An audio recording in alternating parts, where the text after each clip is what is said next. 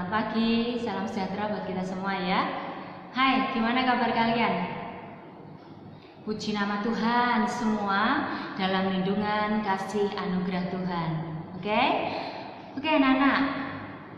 Kemarin di bab 1 kalian membahas tentang indahnya mengampuni. Betul?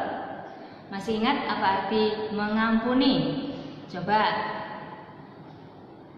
Memaafkan seseorang dari kesalahannya dan tidak boleh mengungkitnya lagi. Lalu atau bisa kita artikan membebaskan diri kita dari beban kebencian, betul? Menggantinya dengan damai sejahtera. Wah, ini luar biasa ya. Oke, ketika kita sudah belajar indahnya mengampuni, kita masuk di bab 2. Kita mau belajar tentang karya pengampunan Allah dalam Yesus Kristus. Masih tentang mengampuni. Kita mau melihat pengampunan Allah melalui Tuhan Yesus Kristus. Maka kalian semua mohon diperhatikan, disimak baik-baik penjelasan berikut ini. Oke? Nah, yang terkasih dalam Tuhan Yesus, hari ini kita akan belajar tentang karya pengampunan Allah dalam Yesus Kristus. Tujuan pembelajaran, peserta didik dapat mengimani pengampunan dan penyelamatan Allah di dalam Yesus Kristus dengan membaca cerita yang berisi tentang pengampunan. Menjelaskan arti mengampuni seperti Allah telah lakukan untuk manusia. Menjelaskan alasan Allah menyelamatkan manusia melalui Yesus Kristus. Menceritakan peristiwa Yesus mengampuni orang berdosa dari Yohanes 8 ayat 1-11. Melakukan kegiatan sebagai praktik orang yang telah diselamatkan. Mengapa Allah mengampuni manusia? Alasannya jelas, karena Allah mengasihi manusia. Karena cintanya itu, maka Allah adalah Allah yang Maha Pengampun. Karena Allah adalah Allah penyelamat. Tidak ada yang lain yang bisa menyelamatkan kita kecuali Allah sendiri.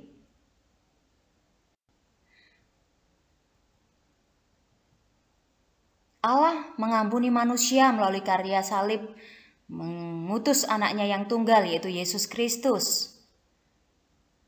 Pengorbanan Yesus di kayu salib untuk membebaskan manusia dari hutang dosa, sekaligus memerdekakan manusia dari kutuk dan maut. Kematian Yesus di kayu salib membuktikan kasih Allah yang sejati pada manusia.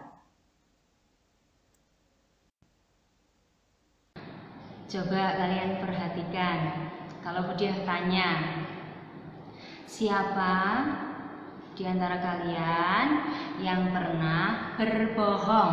Angkat tangannya. Dia tidak lihat dari sini sih, tapi paling tidak kamu harus jujur. Angkat tangannya. Oke. Siapa yang pernah nyontek? Siapa yang pernah ngambil uang mamahnya cuma 500 perak sih, kecil, sedikit buat nambahin uang saku?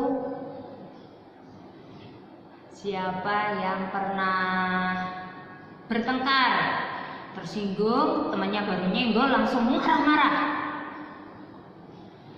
Oke, masih banyak lagi tentunya. Ada hal-hal yang seringkali kita lakukan dan itu tidak sesuai dengan firman Tuhan.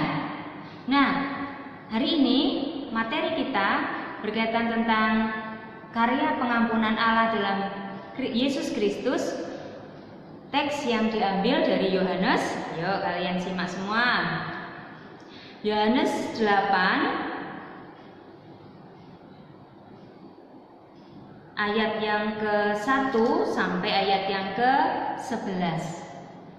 Nah, sebelum membaca ini, dari contoh yang tadi Budia bilang, memang semua manusia itu cenderung melakukan dosa. Bahkan kalau kita membaca dari Roma pasal yang ketiga ayat yang ke-23, di sana dikatakan, kita mau baca di sana dulu, Roma 3 ayat 23. karena semua orang telah berbuat dosa dan telah kehilangan kemuliaan Allah. Karena semua orang telah berbuat dosa. Kita mau lihat semua orang ya telah berbuat dosa. Nah, maka kalau kita melihat dari Yohanes, kita kembali ke Yohanes. Di situ ada contoh dikatakan pagi-pagi ayat yang pertama, tetapi Yesus pergi ke Bukit Zaitun. Pagi-pagi benar ia berada di mana? Di bait Allah, dan seluruh rakyat datang kepadanya. Ia duduk dan mengajar mereka. Maka ahli Taurat dan orang-orang Farisi membawa kepadanya seorang perempuan yang kedapatan berbuat zina. Mereka menempatkan perempuan itu di tengah-tengah lalu berkata kepada Yesus, "Rabi, perempuan ini tertangkap basah ketika ia sedang berbuat zina. Musa dalam hukum Taurat memerintahkan kita untuk melempari perempuan-perempuan yang demikian." Anak-anak, ketika ahli Taurat dan orang Farisi menemukan seorang perempuan yang melakukan tindakan dosa, membawanya kepada Yesus. Dan menurut hukum saat itu dikatakan, menurut Musa, hukum Taurat, dia harus dilempari. Artinya dilempari batu, dirajam batu.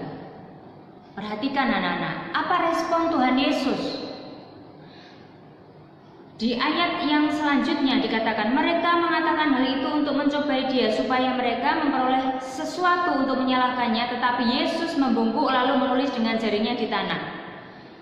Memang ini tidak ditunjukkan yang ditulis, tetapi setelah itu apa yang dilakukan Tuhan? Dan ketika mereka terus-menerus bertanya kepadanya, ia pun bangkit berdiri. Yesus bangkit berdiri dan berkata, apa kata Tuhan? Barang siapa di antara kamu tidak berdosa, hendaklah ia pertama melempar batu kepada perempuan itu. Menurut hukum Musa harus dilempari batu.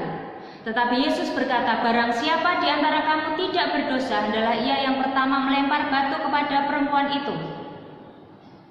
Kira-kira kalau kita membayangkan peristiwa itu lalu kita ada di sana, Yesus mengatakan demikian, barang siapa di antara kamu tidak berdosa, boleh melempar. Apakah kita melempar?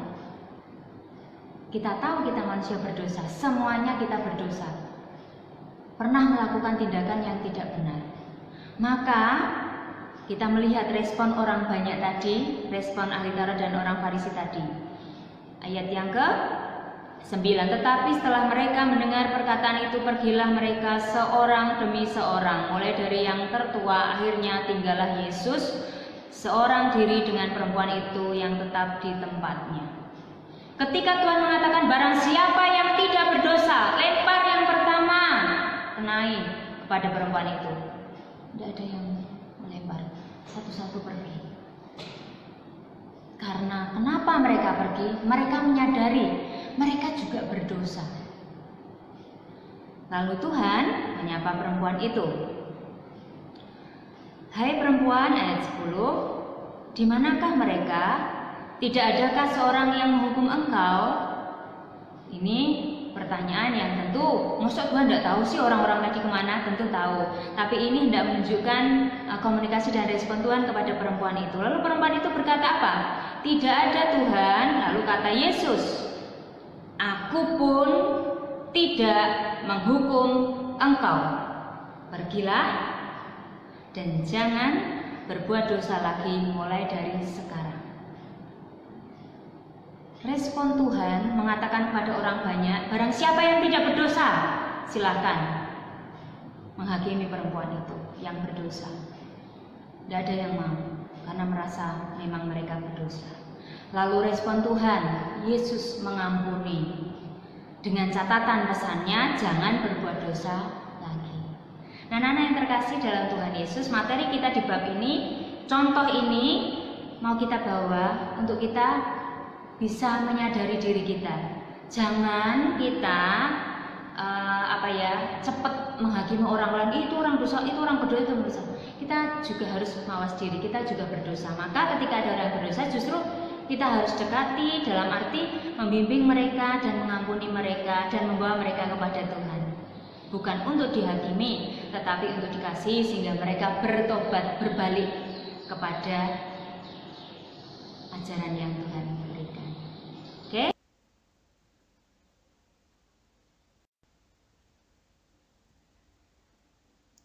Barang siapa di antara kamu tidak berdosa, hendaklah ia yang pertama melempar batu kepada perempuan itu. Penegasan Tuhan kepada orang-orang yang ada di sana saat itu ya. Lalu kata Yesus kepada siapa? Kepada perempuan itu. Aku pun tidak menghukum engkau. Pergilah dan jangan berbuat dosa lagi mulai dari sekarang. Ada kisah yang juga luar biasa dari pria Irlandia, yaitu Gordon Wilson.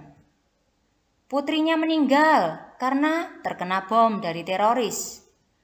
Membalas, oh tidak. Mengapa? Alasannya jelas.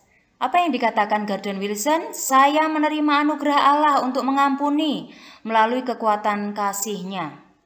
Jadi, yang menyanggupkan Gordon Wilson untuk mengampuni adalah anugerah dan kekuatan kasih Allah.